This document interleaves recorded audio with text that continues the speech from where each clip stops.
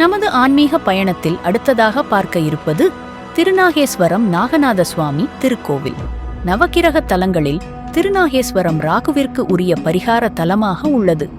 நாகதேயாசத்தால் பாதிக்கப்பட்டவர்கள் இத்தலத்தில் வந்து வழிபாடு செய்கின்றனர்.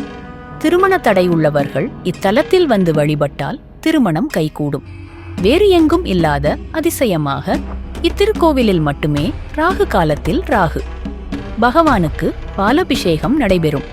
அந்த நேரம் ராகுவின் மேனி நீல நிறமாக மாறும் அதிசயம் நடக்கிறது. எந்த தலத்திலுமே ராகு மனித தலை பாம்பு உடலுடன் தான் காட்சி தருவார். ஆனால் இங்கு மனித உருவில் காட்சி தருகிறார். திருநாகேஸ்வரம் ராகு பகவான் சிவபெருமானை பூஜித்த திருத்தலமாகும். இதனால் இத்தலத்திற்கு திருநாகேஸ்வரம் என்ற பெயர் வந்தது. தஞ்சை மாவட்டத்தில் கும்பகோணத்திற்கு கிழக்கே 6 கிலோமீட்டர் தொலைவில் அமைந்துள்ளது.